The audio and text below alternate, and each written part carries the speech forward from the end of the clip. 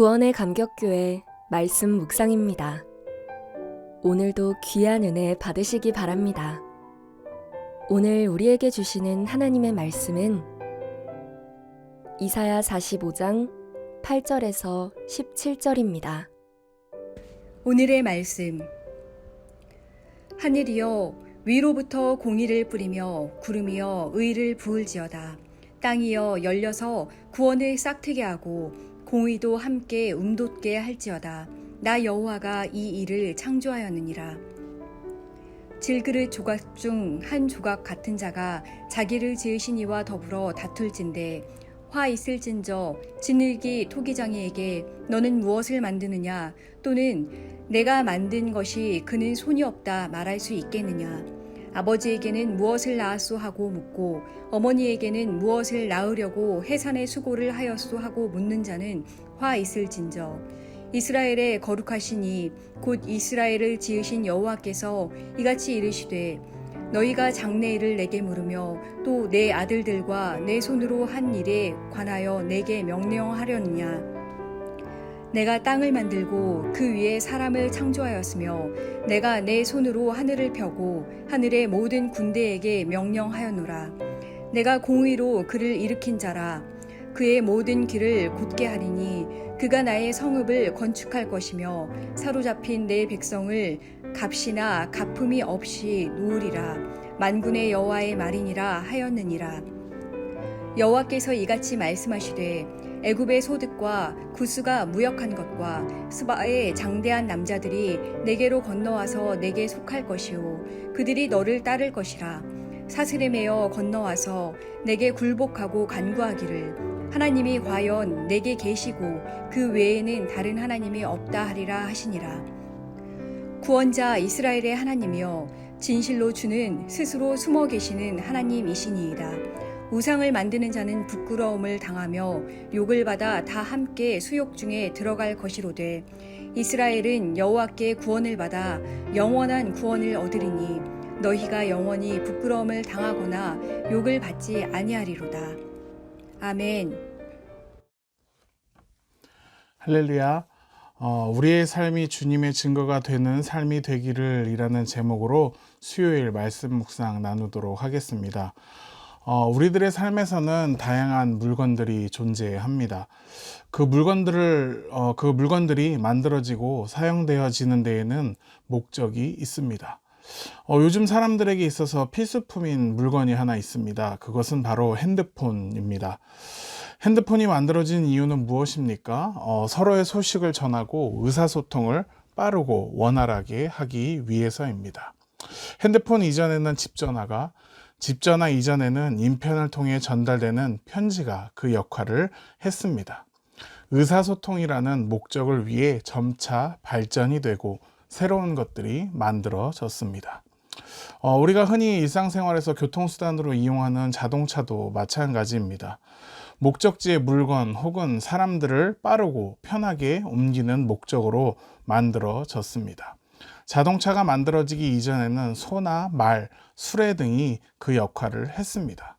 이 역시도 물건 혹은 사람들을 옮기기 위한 목적으로 점차 발전이 되고 새로운 것들이 만들어졌습니다.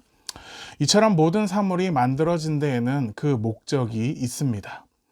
오늘 함께 나누실 본문에 보시면 12절에 보시면 하나님께서 창조하신 피조물에 대한 말씀이 나오는 것을 볼 수 있습니다. 제가 읽겠습니다. 내가 땅을 만들고 그 위에 사람을 창조하였으며 내가 내 손으로 하늘을 펴고 하늘의 모든 군대에게 명령하였노라. 내가 즉 하나님께서 땅을 만드시고 사람을 창조하셨다라고 말씀하고 있습니다. 그렇습니다. 하나님께서는 세상 모든 만물을 그리고 사람을 창조하셨습니다. 이것은 우리들이 믿는 진리입니다. 이 진리의 말씀을 주님께서 이스라엘 백성들에게, 아니 조금 더 정확하게는 포로 생활 가운데에 있는 이스라엘 백성들에게 말씀하고 계십니다. 여러분, 이스라엘 백성들은 하나님의 택함을 받은 민족입니다. 택함을 받은 그들은 조상 대대로 자신들의 민족에게 주신 이 말씀을 듣고 배우고 익히며 자랐습니다. 하지만 그들은 그 말씀을 신뢰하지 않았고 그 말씀을 버렸습니다. 그로 인해 나라는 멸망당했고 포로 생활로 연명하며 살아가고 있는 중입니다. 그러한 이스라엘 백성들에게 다시 한번 모든 만물과 너희를 창조하신 이가 나 하나님이다 라고 알려주고 계신 것이 바로 방금 보신 12절 말씀입니다. 그뿐만이 아닙니다. 13절에 보시면 내가 공의로 그를 일으킨지라 그의 모든 길을 곧게 하리니 그가 나의 성읍을 건축할 것이며 사로잡힌 내 백성을 값이나 갚음이 없이 놓으리라 만군의 여호와의 말이니라 하셨느니라. 여러분 참 놀랍지 않습니까? 왜입니까? 이방의 왕 고레스를 통해 그 한 사람을 통해 이스라엘 백성을 예루살렘으로 돌아가게 할 것이기 때문입니다. 여러분, 당시의 포로는 재산입니다. 그것도 아주 유용한 재산입니다. 당시에는 기계가 발달하지 않아 모든 것에는 노동력이라는 것이 필요했습니다. 그러한 시대의 포로는 사용료를 지불하지 않고 사용할 수 있는 아주 값어치가 있는 재산입니다. 그러한 포로를 값을 매기지 않고 아무 조건 없이 포기한다는 것은 있을 수 없는 일입니다. 더군다나 그들을 돌려보내는 것뿐만이 아니라 그들을 통해 무너진 예루살렘 성을 회복시킬 것이라는 주님의 이 말씀은 정말 대단하고 놀라운 말씀입니다. 참 하나님은 변함이 없으십니다. 수없이 불만과 불평, 배반을 일삼는 이스라엘 백성들을 버려두실 만하신데 변함없이 그들을 사랑하시고 포로 가운데에 있는 그들을 다시 회복시켜 주시겠다고 말씀하시니 말입니다. 계속해서 놀라운 일은 여기서 멈추지 않습니다. 14절입니다. 여호와께서 이같이 말씀하시되 애굽의 소득과 구스가 무역한 것과 스바의 장대한 남자들이 내게로 건너와서 내게 속할 것이요 그들이 너를 따를 것이라. 사슬에 매어 건너와서 내게 굴복하고 간구하기를 하나님이 과연 내게 계시고 그 외에는 다른 하나님이 없다 하리라 하시니라. 여러분, 단순히 포로에서 벗어나는 예루살렘의 회복만을 말씀하시지 않습니다. 이스라엘 백성의 입장에서는 포로에서 벗어나 회복시켜 주시는 것만으로도 참 감사한 일입니다.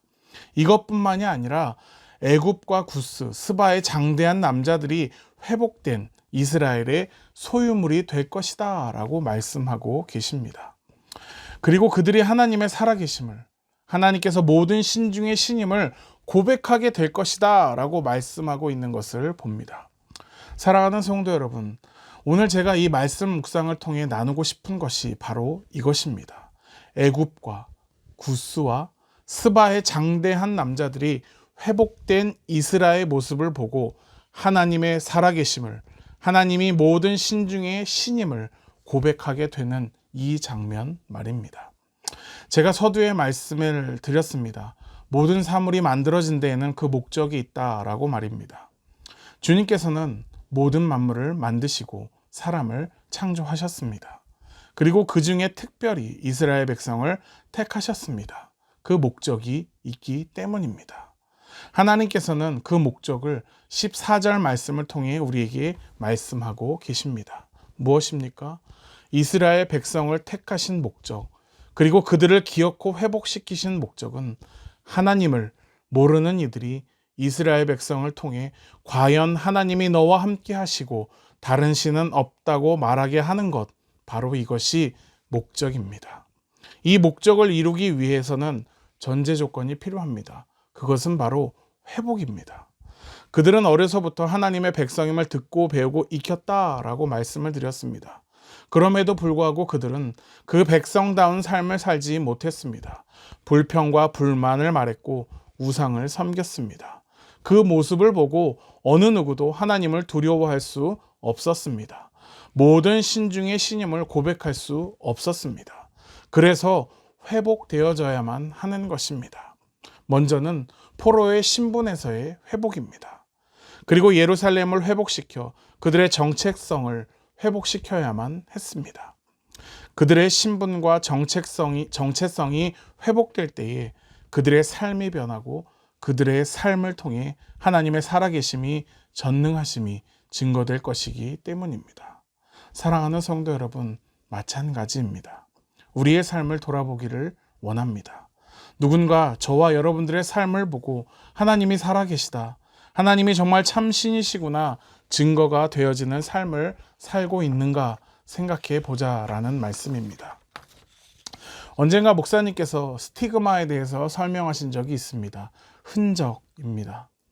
우리의 삶에, 저와 여러분들의 삶에 하나님을 통해 변화된 흔적이 있는가입니다.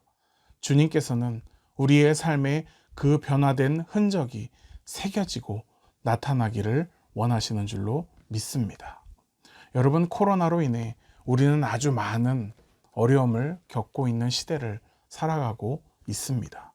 우리뿐만이 아니겠죠.